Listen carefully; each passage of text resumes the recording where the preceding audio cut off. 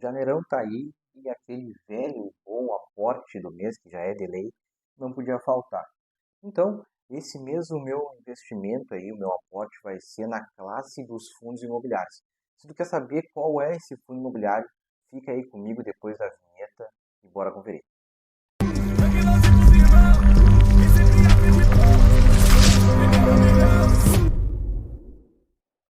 Já vem aqui para a tela do meu computador, que a gente já está aqui na minha planilha de Destravando Valor.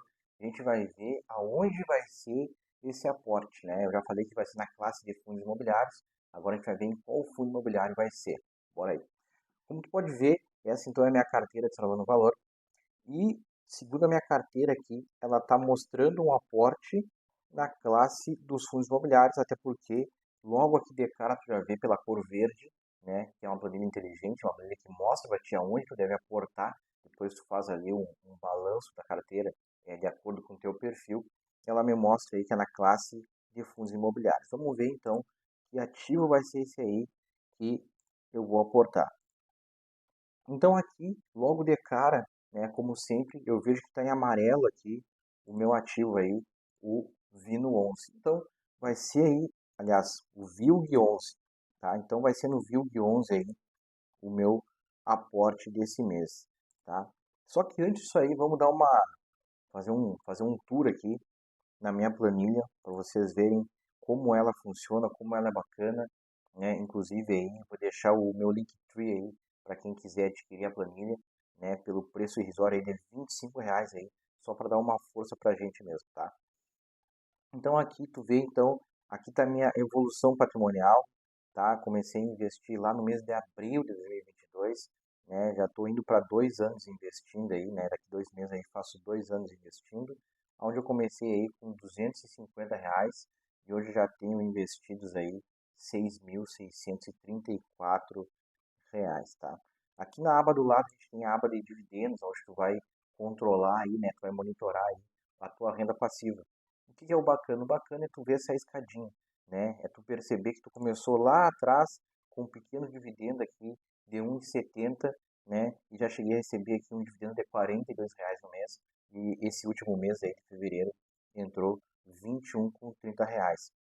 Então, vamos atracar o facão no toco, né? Já estou aqui com o VILG 11 na tela, tá? Esse aqui é o site do Funds Explorer, eu gosto muito desse site aqui, ele e o FIS.com para fazer aí uma pré-análise aí dos nossos fundos imobiliários. Então, o VILG 11, ele está cotado a 92,83, a liquidez média dele aí é de 2,7 milhões de reais, tá? O último provento foi de 60 centavos, o yield acumulado nos últimos 12 meses, 8,5%, tem um patrimônio de 1,7 bi, tá? E a gente está vendo aí uma oportunidade no nosso fundo imobiliário, isso mesmo, né? Quando a gente vê que uma ação ou um fundo imobiliário apresenta um P sobre VP, ou seja, o preço da ação, né? Ou nesse caso aqui, o preço do fundo imobiliário, ele está sendo cotado abaixo do que realmente o fundo vale, né? Do que realmente o valor patrimonial desse fundo vale, né? Então vamos fazer um cálculo rápido aqui, ó. Hoje a cota está sendo aí negociada por R$ 92,83. Só que o valor patrimonial da cota é 114,19. 114,19. Vamos ver qual é a diferença percentual. Então, o fundo basicamente está apresentando uma oportunidade para nós de 23% de valorização. É claro que isso não vai ser no curto prazo, no curtíssimo prazo, né, no período de um ano, eu acredito. Vai ser um prazo aí um pouquinho mais longo, né? De repente aí um ano e meio, 2 anos, né? Essa cota aí, ela vem a ter essa valorização. Então, como eu já disse, aqui nos últimos 12 meses, o dividendo, o dividend yield da cota aí foi de 8,53% e desde o IPO aí apresentou aí uma valorização em relação à cota atual de 42,77%. Aqui então a gente tem os dividendos do fundo, a gente nota aqui que ele teve um pequeno declínio, né? Isso a gente vai ver o porquê aí lá no relatório gerencial do fundo, que é um documento muito importante aí, que a gente tem que estar sempre analisando. Aqui, é, aqui a valorização do valor patrimonial da cota, né? A gente vê que ela teve uma leve valorização, isso aqui data desde 2019 a 2024. Lembrando que a classe fundos imobiliários é uma classe nova, né? Uma classe embrionária no Brasil aí, né? Tanto é que um dos fundos mais antigos da bolsa aí é o HGLG, que tem aproximadamente uns 14 anos de existência. Agora deixa eu dar uma olhadinha aí no relatório gerencial, que eu já deixei aqui também separado aqui para vocês. Eu já separei algumas páginas para vocês aqui, para a gente olhar de forma mais categórica, né? De forma mais precisa. Então, eu já falei aqui o valor da cota, né? Aqui tem um delay, porque esse relatório é de janeiro, tá? Então, essa parte que a gente vai dar uma ignorada, tá? A gente já viu que tem um certo deságio na cota de 23%, né? Ou seja, representa uma oportunidade de entrada aí para a gente. Vamos então aqui para a próxima página que nos interessa, que é a página 5. Aqui na página 5, então, ele fala que o fundo aí, ele teve aí novas locações, tá? No ativo Caxias Park e de dois inquilinos. O primeiro inquilino é a JJ Distribuidora e depois o segundo inquilino aí é a Sindini. O primeiro inquilino, a JJ, ela fez aí um contrato de 3 anos de duração e a Sindini tem um contrato aí de 5 anos de duração, tá? Aqui está então o Caxias Park, que está localizado lá no estado do Rio de Janeiro.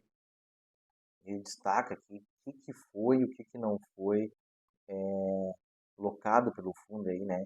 E o que ainda tem para ser locado. Também vou deixar aqui na descrição para vocês o link desse relatório gerencial para vocês lerem com mais calma, tá?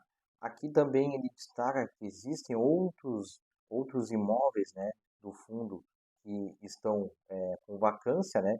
Que seriam esses três aqui: o Castelo 57 Business, o Porto de Canoas Log e o Parque Logístico de Pernambuco. E ele destaca também que a gestão aí vem trabalhando forte para sanar aí essas vacâncias. Aqui então a gente já deu uma olhadinha também na distribuição das cotas, a gente viu ali que ela vem caindo, e isso principalmente se dá aí por essa vacância, né? Uma vacância aproximadamente de uns 13% aí no fundo, uma vacância física de aproximadamente uns 13%, também a gente vai ver mais adiante. Aqui ele fala então da distribuição dos nossos proventos, daí o fundo aqui para fevereiro ele tinha estimado valores entre 0,65 e 0,55, e foi o que eles entregaram 60 centavos em fevereiro.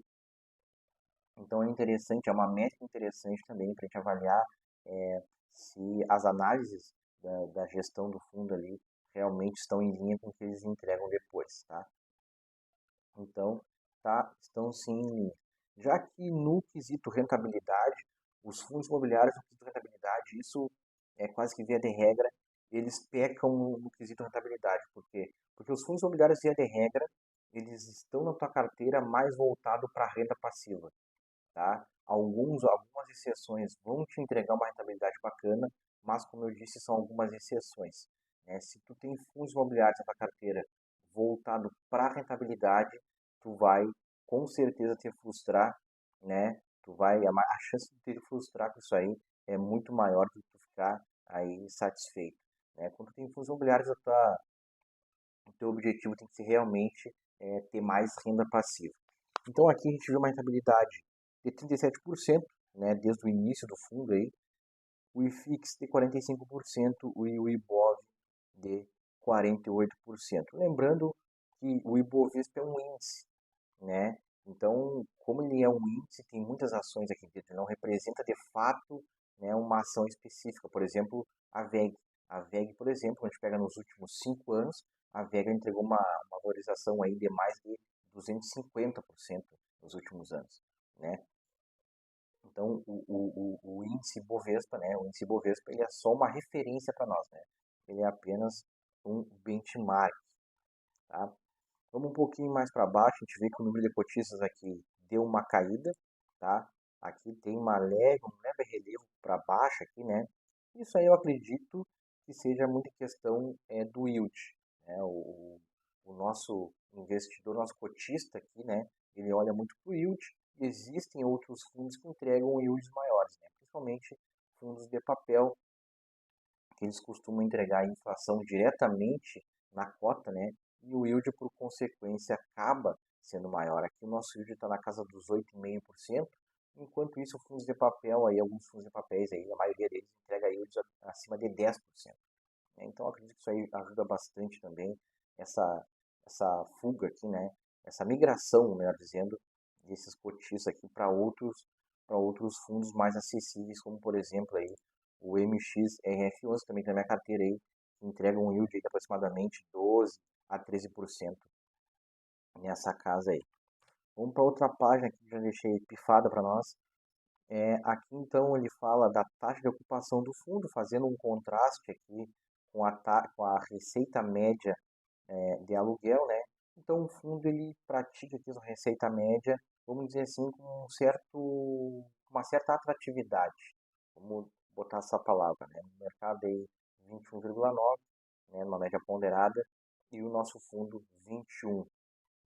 Então deixa de ser um pouco de se tornar um pouco mais atrativo, né, para outros inquilinos. Já a taxa de ocupação média do fundo, como eu falei, está na casa dos 87%, né? Casando com aqueles 13% da vacância física que eu falei para vocês. Né?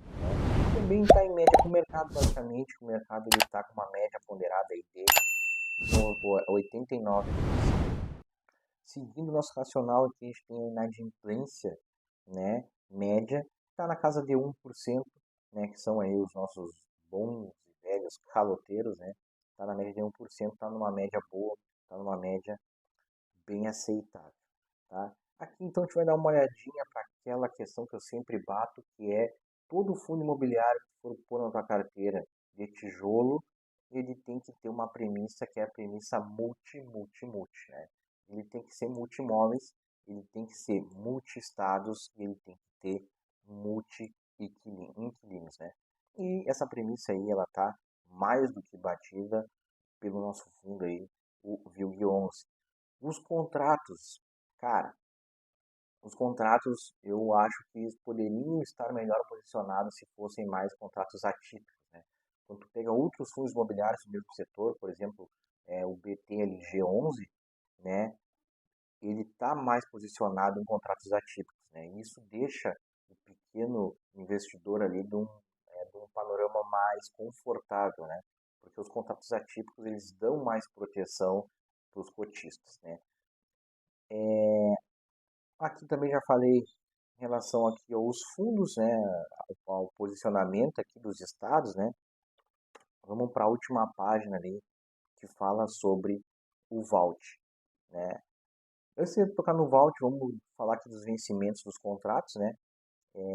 Mais de 60% após 2027 e 27 e o índice aí de reajuste aí, né?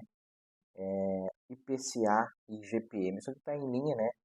A maior parte mesmo aí dos fundos imobiliários, outros fundos imobiliários do mesmo segmento, eles têm uma precificação maior em cima do IPCA do que do GPM, apesar do GPM ter mais a fama de ser o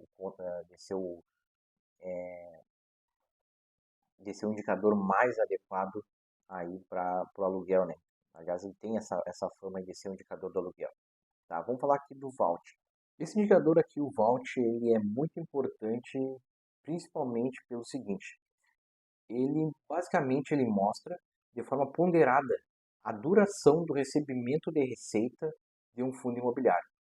Via de regra, quanto maior o Vault do FIIs, né, do FIIs em análise ali, melhor.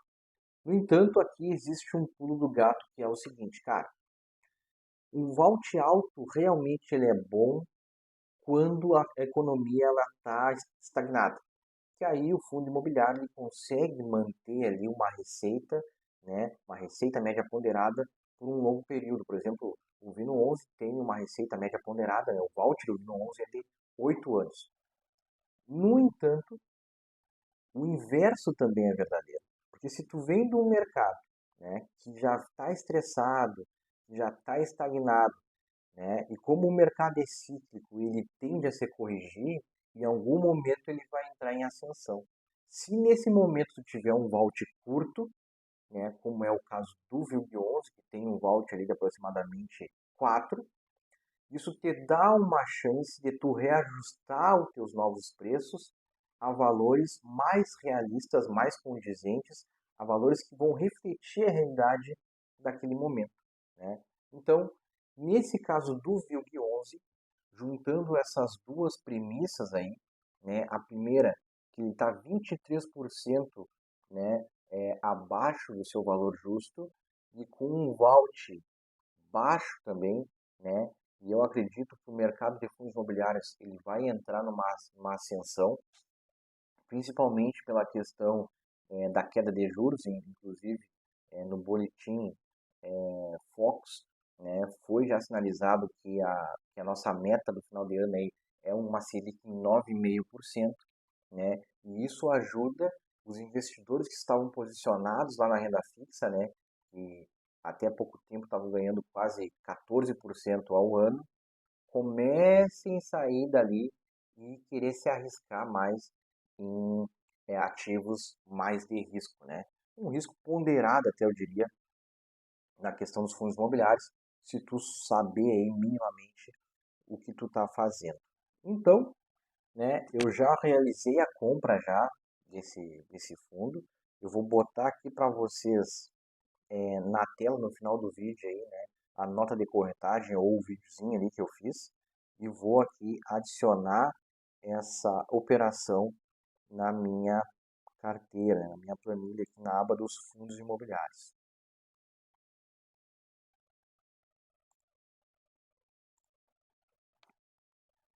Então eu comprei 3 VILG11 pelo valor de R$ 91,82, tá? Foi nessa data aqui, eu tô fazendo o vídeo posterior aí, né, pela correria do dia a dia aí.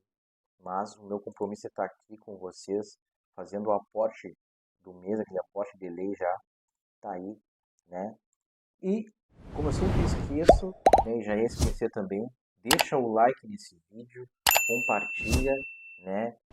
Isso aí vai ajudar meu vídeo a chegar a mais pessoas, principalmente aquelas pessoas que são de baixa renda ou aquelas pessoas que acreditam que com pouco dinheiro não faz sentido investir, tá? Só um adendo aqui, eu investi aí esse mês aí, eu mandei para minha corretora R$ 300, tá? Eu comecei mandando 250 lá no ano de 2022, quando foi 2023 eu aumentei para 275 e esse mês, e esse ano aí aumentei para R$ 300 por mês, até para fomentar em vocês aí, né? E é o que acaba acontecendo mesmo com a gente, que a gente quer aumentar mais, acelerar mais aí o nosso crescimento patrimonial, nossa renda passiva, né? Mas é isso aí. Ficamos por aqui. Até mais e tchau, tchau.